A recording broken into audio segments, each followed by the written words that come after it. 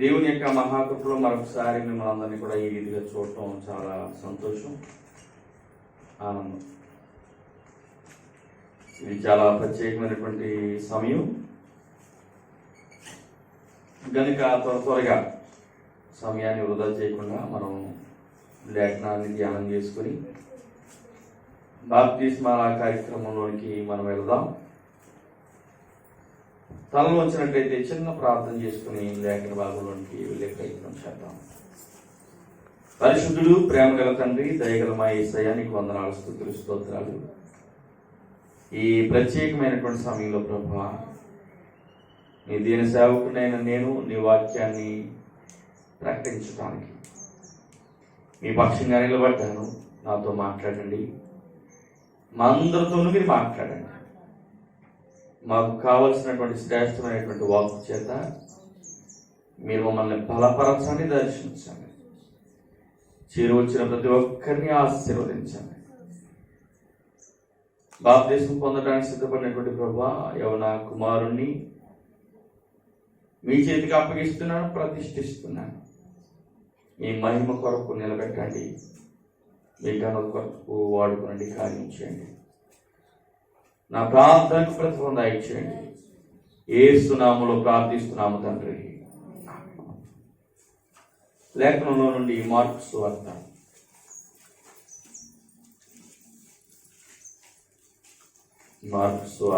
10వ అధ్యాయం 46వ వచనం నుండి మనం చూద్దాం. ఇక్కడ వచ్చిన ఆయన తన శిష్యులతోనూ బహు జన సమూహంతోనూ ఎరుకు నుండి బయలుదేరి వచ్చుచుండగా తీమయి కుమారుడగు భర్తమయ్యను గ్రుడ్డి భిక్షకుడు త్రోవ ప్రక్కన కూర్చుండెను. ఈయన నజరేయుడైన యేసు అని వాడు విని, దావీదు కుమారుడా, యేసు నన్ను కరుణింపమని కేకలు వేయ మొదలు పెట్టెను. ఊరకుండమని అనేకులు వారిని గద్దించిరి గాని వాడు దావీదు కుమారుడా, నన్ను కరుణింపమని మరీ ఎక్కువగా కేకలు వేసిన. దేవుడి వాక్యం మన వినికిడిలో దీవించును గాక. హల్లెలూయా, హల్లెలూయా. ఈ లేఖనాన్ని చాలా జాగ్రత్తగా మనం గమనించినప్పుడు, యేసు ప్రభువారు ఎరికో పట్టణంలో ప్రవేశించారు. ఎరికో పట్టణంలో కొంత పరిచర్య చేశారైనా ఎరికో పట్టణంలో ప్రవేశించేటప్పుడు మనకు తెలుసు, పొట్టివాడైనటువంటి జక్కయ్య కుటుంబానికి రక్షణ ప్రకటించారు. ఆ ఇంట్లో ఆయన చక్కగా ఆతిథ్యాన్ని స్వీకరించారు. ఆ మీదట ఎరుకోలో పర్యటన చేసి ఈ సమయంలో ఎరుకో నుండి వెళ్ళిపోతున్నటువంటి తరుణం, ఎరుకో నుండి వెళ్ళిపోతున్నారు. అలాంటి తరుణంలో జరిగినటువంటి ఒక అద్భుతమైనటువంటి ఒక ఆశ్చర్యకార్యం, లేకపోతే ఒక స్వస్థతను బైబిల్ గ్రంథంలో మార్కు రాయటం జరిగింది. ఇక్కడ రాయబడినటువంటి లేఖనాన్ని చాలా జాగ్రత్తగా మనం గమనిస్తే ఒక విషయం మనం అర్థం చేసుకోవాలి. ఒక గుడ్డి వ్యక్తి అక్కడ మనకు కనిపిస్తూ ఉన్నాడు. అతను భర్తమై, ఆయన పేరు భర్తమై. ఆయన గుడ్డివాడుగా ఉన్నాడు. ఈ గుడ్డివాడు ప్రతిరోజు కూడా భిక్షాటన చేస్తూ తన కుటుంబాన్ని లేకపోతే తనను తాను పోషించుకుంటూ తన జీవితాన్ని ముందుకు తీసుకెళ్తున్నాడు. అయితే యేసు ప్రభువారు ఆ మార్గాన వెళుతున్నారు, లేకపోతే అటు వెళుతున్నారు అనే విషయాన్ని గమనించి, ఇతడు యేసు ప్రభు దగ్గర నుండి ఏదో ఒకటి పొందుకోవాలి, లేకపోతే యేసు ప్రభు దగ్గర ఉన్నటువంటి కార్యాన్ని నా జీవితంలో నేను దక్కించుకోవాలి, లేకపోతే యేసు ప్రభు ద్వారా నాకు కలిగే ఆ యొక్క స్వస్థతను నేను ఈరోజు పొందుకోవాలి అని యేసు ప్రభు ఆ దారిని వెళ్ళిపోతా ఉంటే, దావీదు కుమారుడా, దావీదు కుమారుడా, నన్ను కరుణించు అని కేకలు వేస్తున్నాడు. అంతవరకు మనం చదువుకున్నాం. అయితే దీంట్లో మనం నేర్చుకోవాల్సినటువంటి కొన్ని ఆత్మీయ పాఠాలు నేను మీకు జ్ఞాపకం చేయడానికి ఇష్టపడతాను.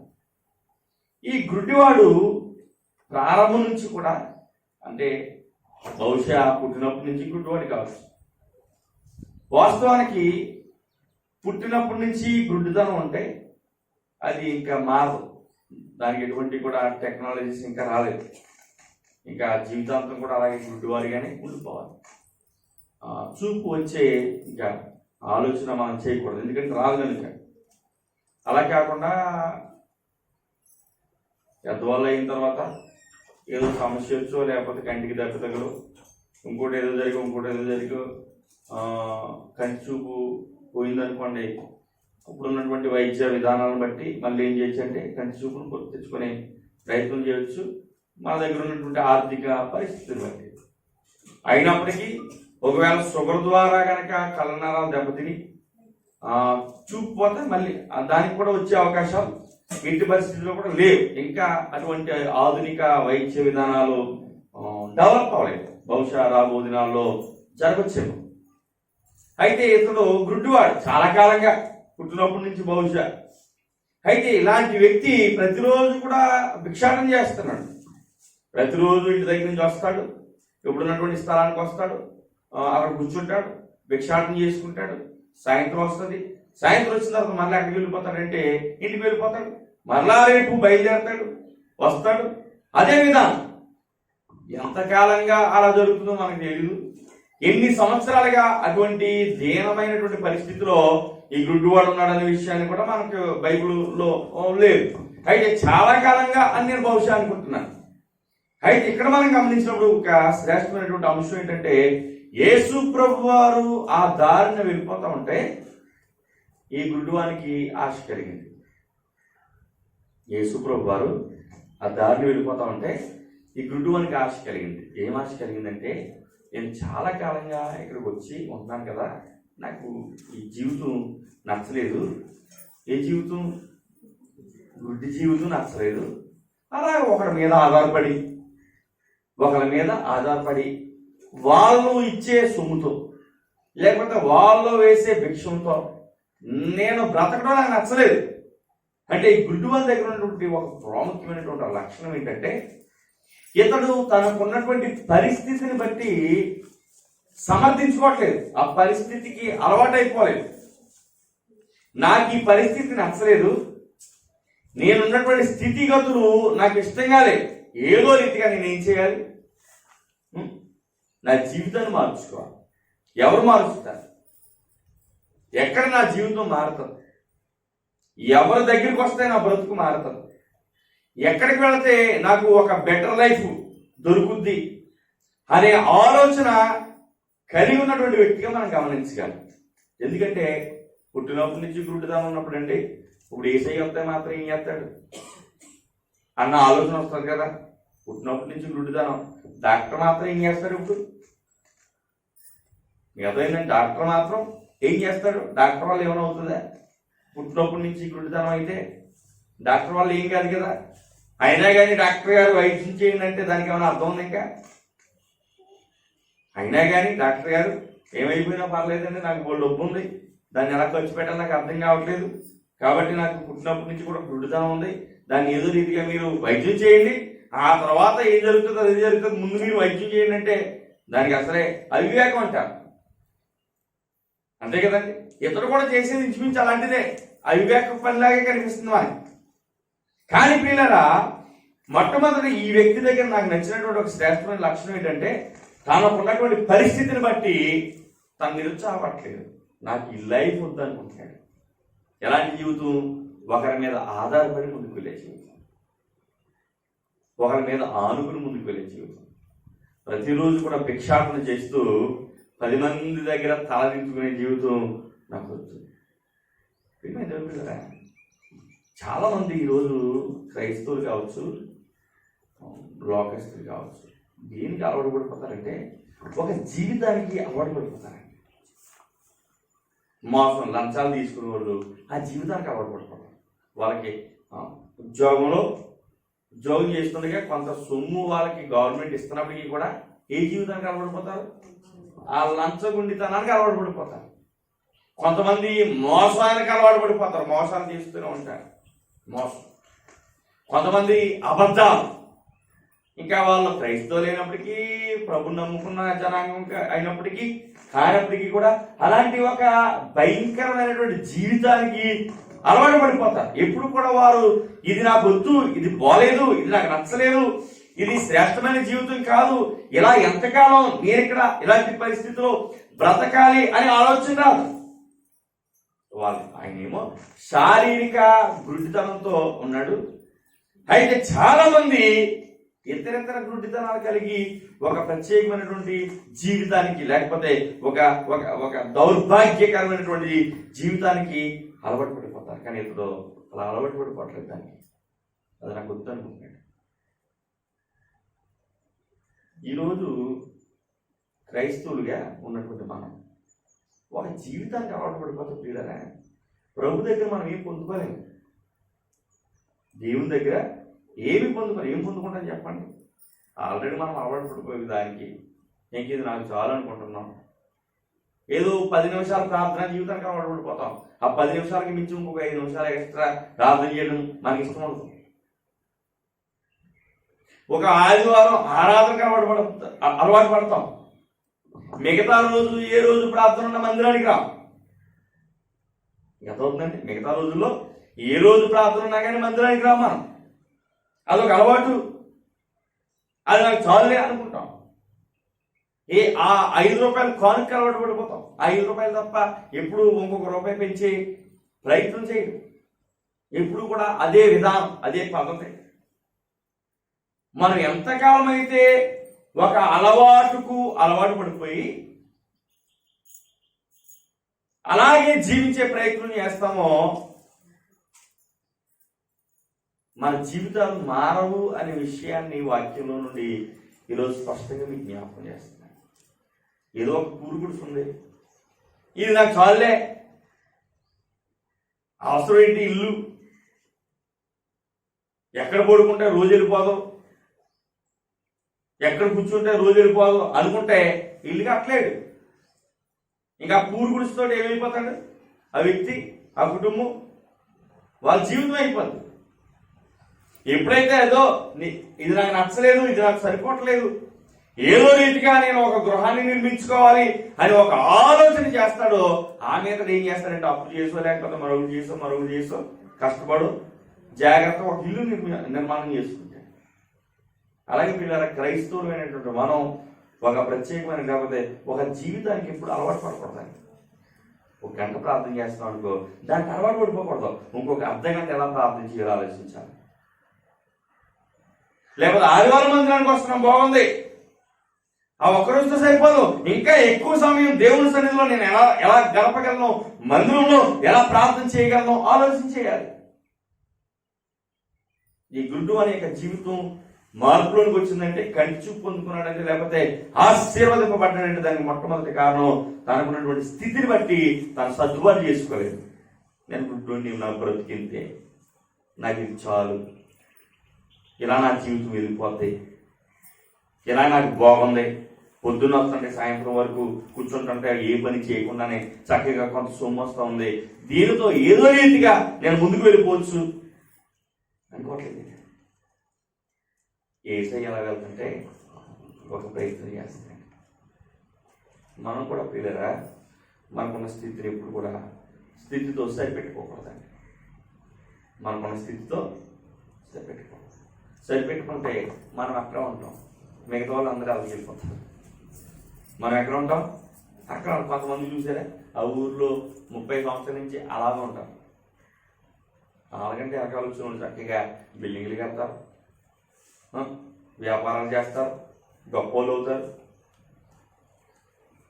కదండి, డబ్బున్న వాళ్ళు అవుతారు. కారణం ఆయన సరిపెట్టుకున్నాడు కాబట్టి అక్కడే ఉన్నాడు. వాడు సరిపెట్టుకున్నాడు కాబట్టి అక్కడ ఉన్నాడండి. సరిపెట్టుకోకపోతే అక్కడ ఉన్నాడు కదా. మనం అది ఆలోచించాలి. క్రైస్తవ ఆధ్యాత్మిక జీవితంలో కూడా, క్రైస్తవ విశ్వాస జీవితంలో కూడా సరిపెట్టుకున్న వారు ఎవరు కూడా వర్ధిల్లినట్లుగా దేవుని యొక్క లేఖనం చెప్పట్లేదండి. సరిపెట్టుకున్న వారు ఎవరు కూడా గణపరచబడినట్లు దేవుని లేఖనం చెప్పట్లేదు. ఇంకా బెటర్ లైఫ్ కొరకు ఆలోచించిన వారు, ఇంకా ఉన్నతంగా ఆలోచించిన వారు దీవించబడినట్లు దేవుని యొక్క లేఖనం సెలవిస్తాం. ఈ గుడ్డువాడు మనకు నేర్పించే మొట్టమొదటి పాఠం, నా స్థితిని బట్టి నేను మురిసిపోలేదు, అలాగే మీకు దేవుడు ఇచ్చినటువంటి లేకపోతే మీరున్నటువంటి ఆ స్థితిని బట్టి మీరు మురిసిపోవాల్సినటువంటి అవసరం లేదు. ఇంకాను ఎదిగే ప్రయత్నం చేయాలి. ఒక బెటర్ లైఫ్ కొరకు ఆలోచించాలి. ఒక ఉన్నతమైనటువంటి ఆధ్యాత్మిక జీవితం కొరకు ఆలోచించాలి. కాబట్టి పిల్లరా, ఇతను నేర్పించే మొట్టమొదటి పాఠం తనకున్నటువంటి స్థితిగతులను బట్టి అతడు తృప్తి పరచబడలేదు. రెండోది పిల్లరా, ఈయన ఏం చేస్తున్నాడంటే యేసయ్య అలా వెళ్ళిపోతా ఉంటే తెలుసుకున్నాడు ఎవరు వెళ్తున్నారు. ఇలాగ యేసు ప్రభు వారు నజరేయుడైనటువంటి యేసు ఇటు వెళ్ళిపోతున్నాడు అనే విషయాన్ని పక్కవారు తెలియజేసినప్పుడు వెంటనే ఏమన్నాడంటే, దావీదు కుమారుడా నన్ను కరుణించు అని అంటున్నాడు. ఇక్కడ రెండు విషయాలు నేను జ్ఞాపకం చేస్తాను. మొదటిగా యేసు ప్రభువు గురించి ఈ వ్యక్తి ముందుగానే తెలుసుకున్నాడు. అప్పటికప్పుడు తెలిసిందైతే ఎలా తెలుస్తుంది? అప్పటికప్పుడు అంటే ఆయన అలాంటి వాడు అనే విషయానికి ఎలా తెలుస్తుంది? అంతకుముందు ఎరుకో వచ్చాడు. ఆయన ఎరుకోలో అద్భుతాలు జరిగినాయి, ఆశ్చర్యకార్యాలు జరిగినాయి, అనేక మందికి సువార్త ప్రకటించబడింది, జక్క ఇంటికి రక్షణ వెళ్ళింది. ఏమండి, ఇలాగే యేసు ప్రభు వారు ఎక్కడికి వెళ్ళినప్పటికీ కూడా ఆయన యొక్క ఖ్యాతి విస్తరిస్తూ ఉండేది. జనాలు కదలగా చెప్పుకునేవారు. అయితే కొంతమంది చెప్పుకుంటా ఉంటే చాలా జాగ్రత్తగా ఏం చేశాడంటే ఈ గుడ్డివాడు యేసు ప్రభు గురించి తెలుసుకున్నాడు. యేసు ప్రభు యొక్క శక్తి సామర్థ్యాలు తెలుసుకున్నాడు. ఆయన ఏం చేయగలడో తెలుసుకున్నాడు. ఆయన యొక్క విధానం తెలుసుకున్నాడు. యేసు ప్రభు యొక్క గొప్పతనం తెలుసుకున్నాడు. ఆయన కార్యాలు తెలుసుకున్నాడు. తెలుసుకున్నటువంటి వ్యక్తి యేసు ప్రభు దగ్గరికి వచ్చినప్పుడు విడిచిపెట్టట్లేదండి. యేసు ప్రభు ఆయనకి సమీపం ఉన్నప్పుడు ఏం చేయట్లేదు, విడిచిపెట్టట్లేదు. యేసు ప్రభు ఈ గుడ్డివాడిని సమీపించినప్పుడు ఈ గుడ్డివాడు యేసు ప్రభుని నిర్లక్ష్యం చేయట్లేదండి. మనం చాలాసార్లు దేవుణ్ణి చాలా నిర్లక్ష్యం చేస్తాం. ఆయన మనకు చాలా సమీపంగా ఉన్నాడు. యేసయ్యకు ఉన్నటువంటి పేరులో అతి శ్రేష్టమైనటువంటి పేరు ఏంటంటే ఇమ్మానుయేలు. ఇమ్మానుయేలు అనే మాటకు అర్థం ఏంటి? దేవుడు మనకు తోడు. ఆయన ఎప్పుడు మనతోనే ఉన్నాడు. ఆయన మనతో ఉన్నప్పుడు మనం ఎందుకు నిర్లక్ష్యం చేయాలి ఆయన్ని? దేవుడు మనతో ఉన్నాడండి, కానీ ఆయన మనతో ఉంటే మనం ఎలా ఉండాలి అలా ఉన్నాం కదా. ఆయన మనతో లేనట్లే ఉన్నాం. ఏదో ఆదివారం మందిరానికి వచ్చిన తర్వాత ఆ గంట 2 గంటలు 2 గంటలన్నర చక్కగా మనంత భక్తి పనులు కనిపించరు, మనంత ప్రార్థన పనులు కనిపించరు, మనంత విశ్వాస వీరులు కనిపించరు, అబ్బా మనకులాగా పరిచర్య చేసేవారు కనిపించరు. కానీ ఆదివారం మరలా ఈ గుమ్మం దాటగానే మరలా ఆదివారం వచ్చేంత వరకు కూడా మనంత దౌర్భాగ్యులు కూడా కనిపించరు.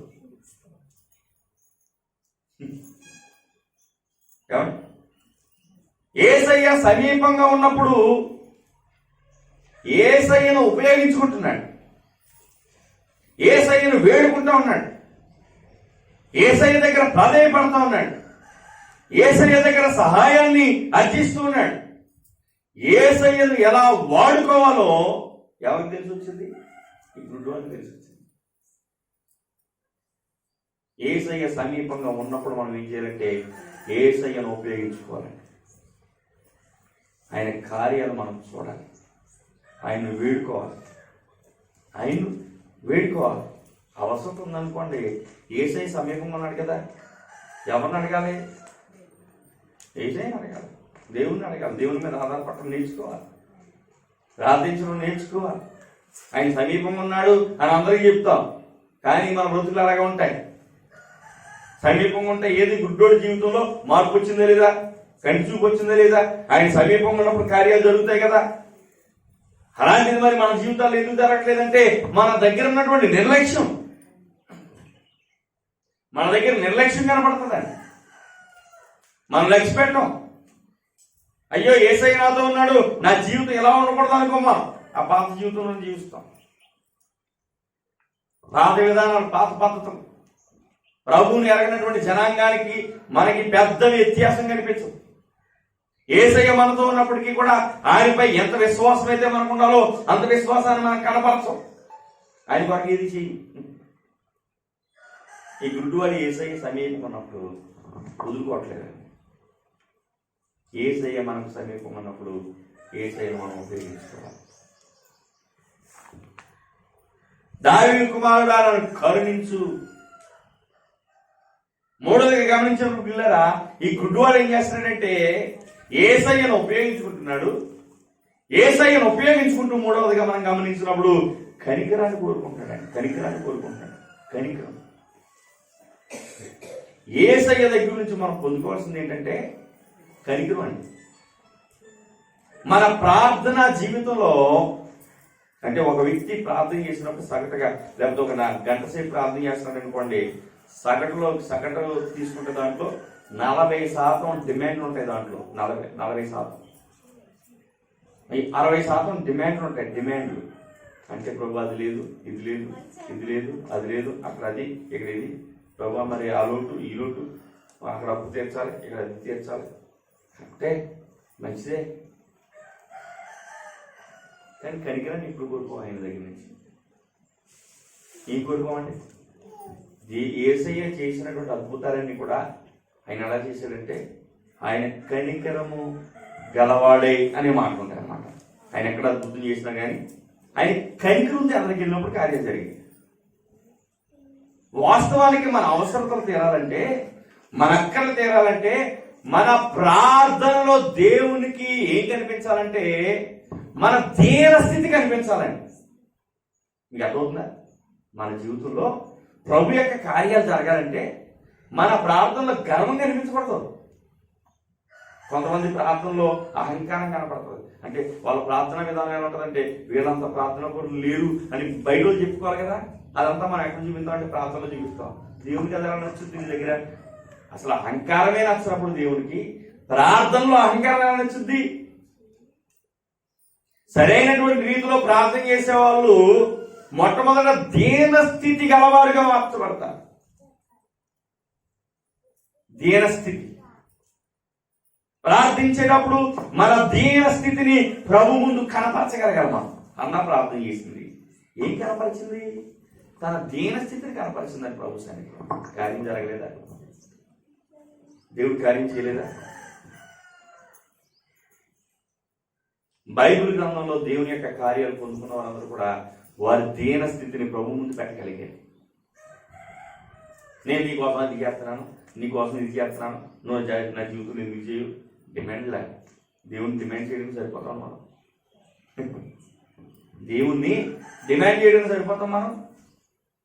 మన బ్రతుకులు ఎంత, మన జీవితాలు ఎంత ఆయన డిమాండ్ చేయడానికి? ఆయన డిమాండ్ చేయకూడదు. మనం ఆయన దగ్గర ప్రాధేయపడాలా.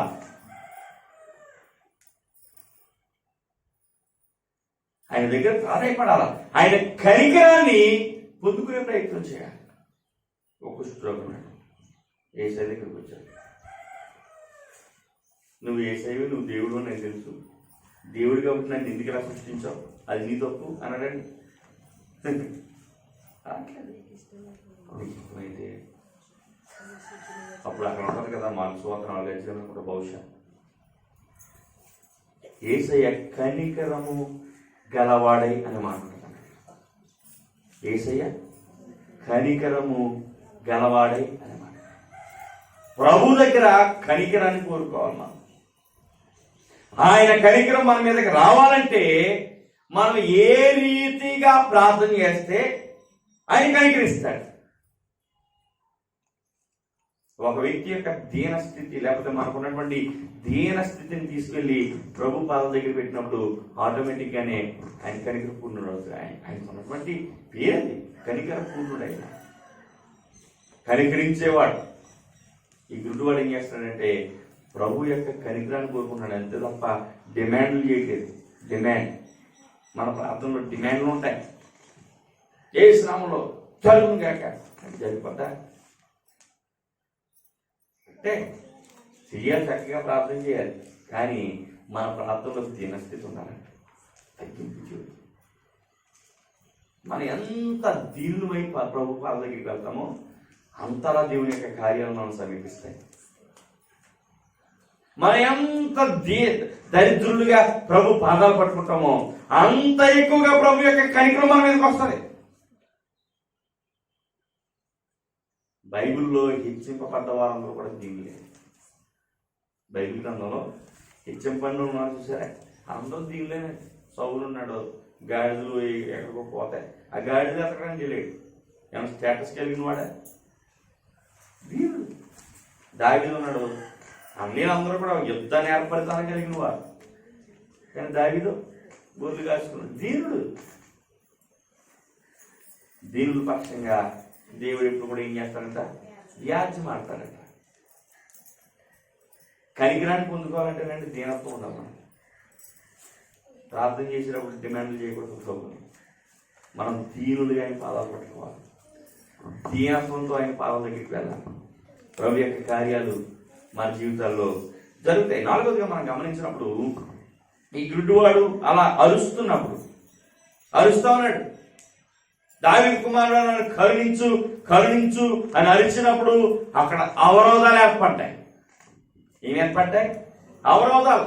ఆ చుట్టూ ఉన్నారు, నోర్మై ఎందుకు అరుస్తావు అలాగే, ఆయన తొందర పెట్టుకో, ఆయన ఇబ్బంది పెట్టుకో అని చాలా మంది ఏం చేశారంటే వ్యతిరేకించారు. మన ప్రార్థన జీవితంలోనండి, మన విశ్వాస జీవితంలో, మన యొక్క భక్తి జీవితంలో మనం ప్రభు సన్నిధిలో ముందుకు వెళ్ళిపోతున్నప్పుడు ఖచ్చితంగా ఇబ్బందులు ఏర్పడతాయి. ఖచ్చితంగా ఏమి ఏర్పడతాయి?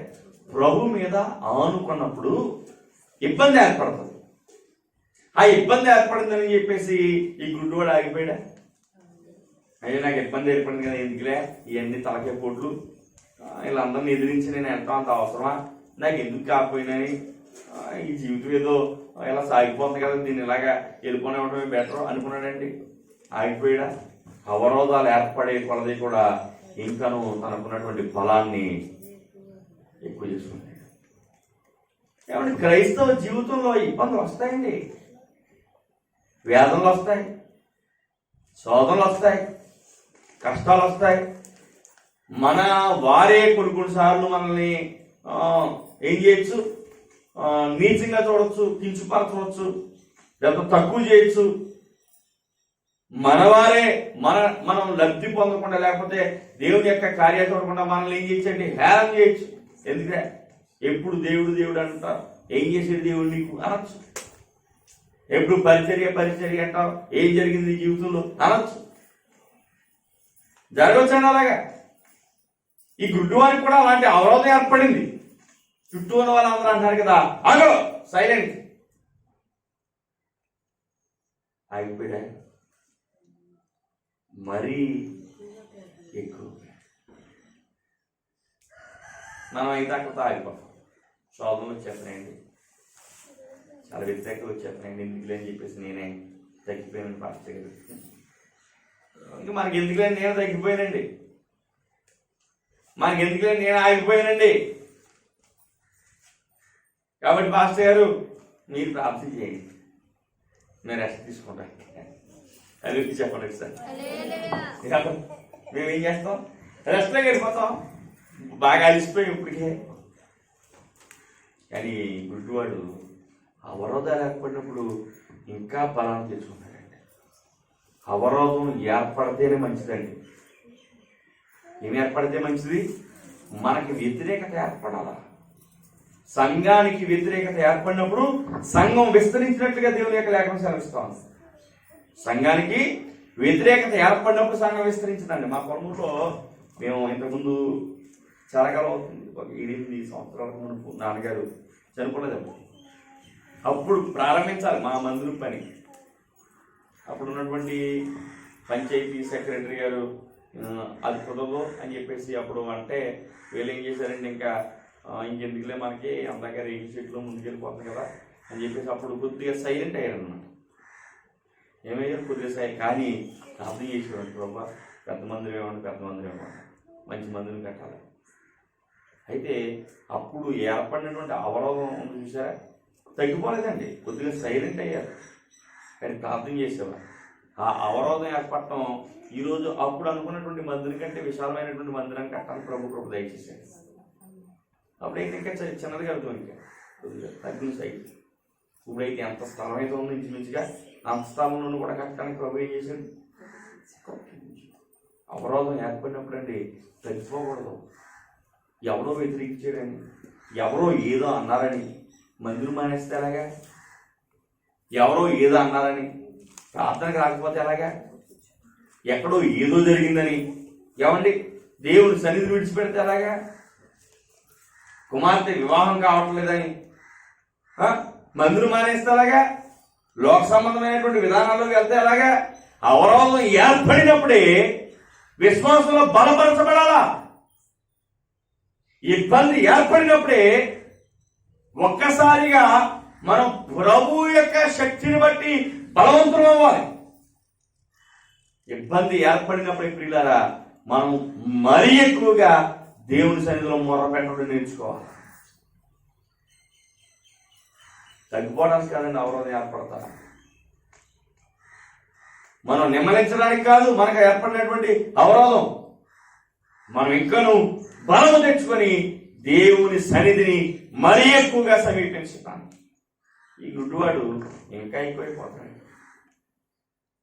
మనం కూడా ఏం చేయాలంటే ఇబ్బంది ఏర్పడిందని తగ్గిపోవడానికి వీల్లేదు, ఇంకా ఎక్కువ విశ్వాసాన్ని బలపరచుకోవాలి, ఇంకా ఎక్కువ ప్రార్థన చేయాలి, మరీ ఎక్కువగా దేవుని సన్నిధిలో సమయం గడపాలి, ఇంకా ఎక్కువగా దేవుని సన్నిధిని ప్రేమించాలా, దేవుని సన్నిధిలో ఇంకనూ ఎక్కువగా మనం గోదాడాలి. అక్కడ అయిపోలేదు. యేసుప్రభు వారు ఆగిపోయారండి. యేసుప్రభు వారు ఏమయ్యారు? ఆగిపోయారు. ఆయన తీసుకుని రమ్మన్నారు, తీసుకుని వచ్చారు. వచ్చిన తర్వాత నీకేం కావాలని అడిగాడు. అడిగితే నాకు ఇలాగా చూపు కావాలయ్యా. యేసుప్రభు వారు ఒక మాట అన్నారు, నీ విశ్వాసమే నిన్ను. ప్రియమైన దేవులారా, నేను ఒక విషయం జ్ఞాపకం చేస్తాను. అల్టిమేట్గా ఎప్పుడైనా ఒక వ్యక్తి జీవితంలో ఒక కార్యం జరిగిందంటే విశ్వాసం దక్కండి. విశ్వాసం అనేది చూపించగలగాలి మనం. విశ్వాసం అనేది అమ్మ నమ్ముతున్నారంటే నమ్ముతున్నామండి అంటే సరిపోదు. మరి దేవుడు చేస్తారని నమ్ముతున్నారా అంటే నమ్ముతున్నానండి సరిపోదు. అది విశ్వాసం ఏంటి? నోటితో చెప్పారంతే. కానీ నిశ్చయముగా చేస్తాడు అనే నమ్మకం మనకు ఉండదు. వెనకాల చెప్పడం మాత్రం ఏం చెప్తాం? చేస్తాడని నమ్మకం ఉందండి, ప్రార్థన చేయండి, అదే తప్ప నిశ్చయముగా జరుగుద్ది అన్న నమ్మకం మనకి హృదయంలో ఉండదండి. ఉంటే వాస్తవానికి విశ్వాసం ఉన్నప్పుడు నాకు వాస్తవానికి పిల్లలు పుట్టాను, మీకు అసలు పిల్లలు పుట్టరండి అని చెప్పారు. హాస్పిటల్ చూపించుకున్నాను, చాలా చోట్లకి వెళ్ళాను. పుట్టరానా? పుట్టరేమనుకున్నాను నేను కూడా. నిజమండి, మా నాన్నగారు చనిపోయే సమయం ఇంకా. అలాంటి సమయంలో చాలా భయంకరమైన వేదన. మా నాన్నగారు కూడా చాలా బాధపడేవారు. అయ్యో అదేంటి ఇలా జరిగింది నా కొడుకుని, నేను బాధపడ్డాను. అయితే నేను బైబిల్ కాలేజీలో చదువుకున్నప్పటి నుంచి కూడా దేవునిపై నమ్మకాన్ని ఎలా పెంచుకోవాలో అనే విషయాల మీద చాలా అవగాహన ఇచ్చాడండి నాకు. చాలా చిన్న చిన్న విషయాలకి ప్రారంభంలో దేవుని మీద ఆధారపడటం నేర్చుకున్నాను. చిన్న విషయాలు, ఎన్ని విషయాల్లో అయితే ప్రభు మీద నేను అనుకున్నానో వాటన్నిటిని కూడా ప్రభు జరిగిస్తూ వచ్చాయి. ఆ రీతిగా నాలో నమ్మకం పెరిగింది, దేవుని మీద నమ్మకం పెరిగింది. అన్ని విషయాల్లో అలా నమ్మకాన్ని పెంచుకున్నాను. అయితే నేను ఒకటే నమ్మాను, అవన్నీ చేసిన దేవునికి పిల్లల్ని ఇవ్వడం కూడా పెద్ద లెక్కేం కాదు. ఖచ్చితంగా నాకు ఏం చేస్తాడు ఆయన? పిల్లల్ని ఇస్తాడు. కాబట్టి నువ్వు పని చేస్తాను. ఇలాగే ఒక ఆపరేషన్ చేయించుకుంటే మీకు పిల్లలు కొడతారన్నారు. ఆపరేషన్ అనేది ఏమి లేదు. ప్రభువా నువ్వు నాకు ఆ కార్యం నువ్వు చేస్తావు, ఈ ఆపరేషన్కి వచ్చేంత కూడా నేను ఏం చేస్తాను? ఆనకించేసుకుంటాను. చేస్తాడు అని నాకు తెలుసండి. నా జీవితంలో ప్రభు కార్యం చేస్తాడు అని నాకు తెలుసు. నాకు పిల్లలు ఇచ్చాడు దేవుడు. ఒకరిని ఇచ్చాడు మొట్టమొదట, ఆ తర్వాత ఇంకో గుడిని ఇచ్చాడు, ఆ తర్వాత మళ్ళీ ఇంకో గుడిని ఇచ్చాడు. వాస్తవానికి ఒకరు పుడితే సరిపోద్ది అనుకున్నాను. ఎందుకంటే అవకాశాలు లేవు కాబట్టి ఏదో ఆ నింద నుండి ఆ అవమానం నుండి తప్పింపబట్టడానికి ఒకరితో సరిపెట్టుకున్నాను. కానీ దేవుడు ఏం చేశాడు? దేవుడు అక్కడ నాకు విశ్వాసానికి పునాదేశాడండి. దేనికి పునాదేశాడు? ఇంతకు ముందే చాలా విషయాల్లో ప్రభు కార్యం చేశాడు. నాకు నమ్మకం ఉంది, నాకు విశ్వాసం ఉంది. అయితే పిల్లల్ని అనుగ్రహించడం ద్వారా నేను దేన్నైనా చేయగలను అని దేవుడు నిరూపించాడు. ఎవరెవరి జీవితంలో గొప్ప కార్యాలు జరుగుతున్నాయి, ఎన్నో విన్నాను. కానీ నా జీవితంలో జరిగినప్పుడు కదా నాకు అది అనుభవం పూర్వకంగా తెలిసేది. అప్పుడు అనుకున్నాను, ఇది చేసిన దేవుడు మనం ఏది చేయమన్నా చేస్తాడు, అది ఇది కాదు అని. మందిరం కట్టేటప్పుడు ఏదో అగ్గిపెట్టలాగా కట్టేది ఎలా కట్టాలంటే ఈ జిల్లాలోని ప్రజలు గుర్తించే మందిరం కట్టాలనుకున్నాము. ఈ జిల్లాలోనే ఉన్న పెద్ద మందిరాల్లో మన మందిరం కూడా ఒకటి అవ్వాలి అని ఆలోచన చేశాను నేను. అలాగే ఎందుకంటే పిల్లలు ఇచ్చిన దేవుడికి ఇది పెద్ద లక్ష్యం కాదు. ఎవరికండి? అంతే కదా, పిల్లలే పుట్టన్నారు. వాస్తవానికి ఇదే కష్టం, ఇంకా అదే సులభం. అవునంటారు కదంటారా? డబ్బు అనేది ఎలాగైనా సమకూడతారు, కానీ పిల్లలు పుట్టరంటే ఏమనండి. ఈరోజు నాకు కోటీశ్వరులు ఉన్నారు, నాకు తెలిసినటువంటి కొంతమంది ఉన్నారు. ఒక పాస్టర్గా నాకు ఫోన్ చేసి నేను తరచుగా వెళ్తాను ఏలూరు దగ్గర. వాళ్ళకి చాలా ఆస్తులు ఉన్నాయండి, ఇద్దరు ఆడపిల్లలే. కొడుకు కావాలంటే ఆయన ఆస్తులు ఉన్నాయి,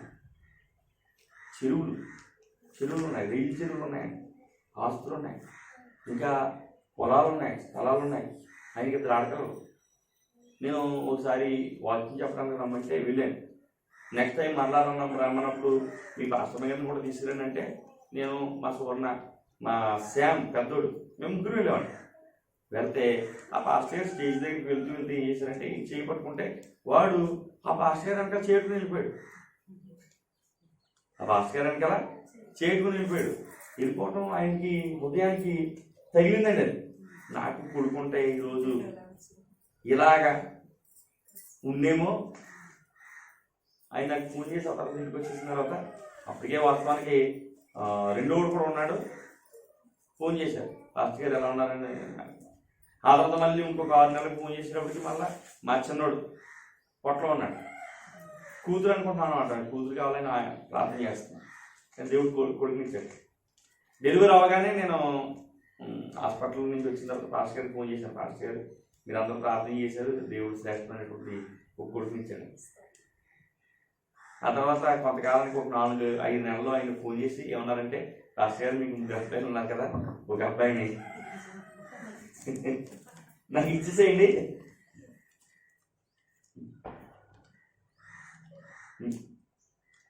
ఏదన్నా చేస్తాను, నాకున్నటువంటి పరిచర్య భవిష్యత్తులో నాకు అప్పు చెప్తాను. మీరు మరలా నా కొడుక్కి మీకు మీ అబ్బాయికి అన్యాయం జరుగుద్ది అన్నటువంటి రీతిగా ఉండవు. అంటే ఎందుకు విషయాలు జ్ఞాపకం చేస్తానంటే, పిల్లలు కలగటం అనేది జరగని పని. ఇప్పుడైతే కొన్ని ఆధునిక వైద్య విధానాలు వచ్చినప్పటికీ కూడా చాలామంది ఈరోజు ఏమండి పిల్లలు లేకుండా ఉన్నారు. ఈరోజు ఆధునిక వైద్య విధానం వచ్చినప్పటికీ కూడా చాలామంది ఎలా ఉన్నారండి, పిల్లలు లేకుండా ఉన్నారు. అది ఇచ్చిన దేవుడికి ఇది ఇవ్వటం పెద్ద లెక్క ఏంటి, ఏదైనా ఇస్తాడు, చేసేది ఏదో పెద్దగానే చేసేది. అప్పమాలు చేయం కదా, ఇలాంటి 2 లక్షల రూపాయలతో ప్రారంభించి ఉంటాయి. అయ్యో ఉన్నాయి ఎంతండి, 2 లక్షల రూపాయలతో ప్రారంభించావు. ఈ రోజుకి 85 లక్షల రూపాయలు వచ్చి పెట్టాము. అదే చెప్పండి సార్, ఈ రోజుకి 80. విశ్వాసం దేవుని యొక్క కార్యాన్ని మన ఇంటికి తీసుకొస్తుంది. విశ్వాసంతో మనం ప్రార్థన చేసినప్పుడు అది జరుగుద్ది అనే నమ్మకం మనకు ఏర్పడాలి. అంతే తప్ప అది జరుగుద్ది కాబట్టి మనం ప్రయత్నం ఇక్కడ అక్కడ అక్కడ అక్కడ జరగాలి. నీకు నమ్మకం ఉన్నప్పుడు ఎక్కడ ఉంటావు? నువ్వు ప్రభు పాదాల దగ్గర ఉంటావు, అంతే కదా. నమ్మకం ఉన్నప్పుడు ఈ రోజు వరకు కూడా బయటికి వెళ్ళి 1 రూపాయి అవనాడే జరిగింది. చేస్తే మా విశ్వాసులే చేసి ఏం చేసింది. ఏ రాజకీయ నాయకుల దగ్గరికి వెళ్ళలేదు, బయట వారి దగ్గరికి ఎవరి దగ్గరికి కూడా వెళ్ళలేదు. ఎవరికైనా తెలిసి మీరు చర్చ కట్టుకున్నారు కదా, ఇదిగో ఈ 10,000 ఆ చర్చ పనిలో ఉపయోగించండి అని వాళ్ళు పంపించినట్టు తప్ప, పుస్తకాలు వేయించానండి. పుస్తకాలు వేయించిన పుస్తకాలన్నీ చర్చలో మా దగ్గర ఉన్నాయి. ఏలేగారు ఏదో 5 పుస్తకాలు 10 పుస్తకాలు బయటికి వెళ్ళి తప్ప మిగతా అన్నీ కూడా ఎక్కడ ఉన్నాయి? 150 పుస్తకాలండి. ఒక్క పుస్తకం కూడా ఉపయోగించలేదు. ప్రభు కార్యాలు చెప్తాను, నమ్మాలంతేనండి. విశ్వాసానికి ఏ కార్యమైనా ప్రభు ఏమన్నారంటే నీ విశ్వాసం నీకు చూపించేటట్లు చేసింది. ప్రభు మీద మనకున్నటువంటి విశ్వాసం ప్రభు యొక్క కార్యం మన జీవితంలో జరిగేటట్లు చేస్తుంది. మన ఆధిక్యత కానీ, మన గొప్పతనం కానీ, లేకపోతే మన డబ్బు కానీ, లేకపోతే మన వెనకాల ఉన్నటువంటి బలం కానీ చేయలేవ కార్యాలంట. నీ విశ్వాసమే నిన్ను, అట్టి విశ్వాసం మనకు ప్రభు కార్యాలు చూడాలంటే. ఆఖరికి గమనించినప్పుడు ఈ గుడ్డివాడు కార్యం పొందుకున్న తర్వాత యేసు ప్రభుని వెంబడించాడట. ఎవరిని వెంబడించాడు? నిజంగా దేవుని దగ్గర నుంచి కార్యాలు పొందుకున్న వారు లోకాన్ని వెంబడించరండి. వాళ్ళకి ఏముండిపోద్ది అంటే హృదయంలో ఆ కృతజ్ఞత ఉండిపోద్ది. యేసుని వెంబడిస్తారు.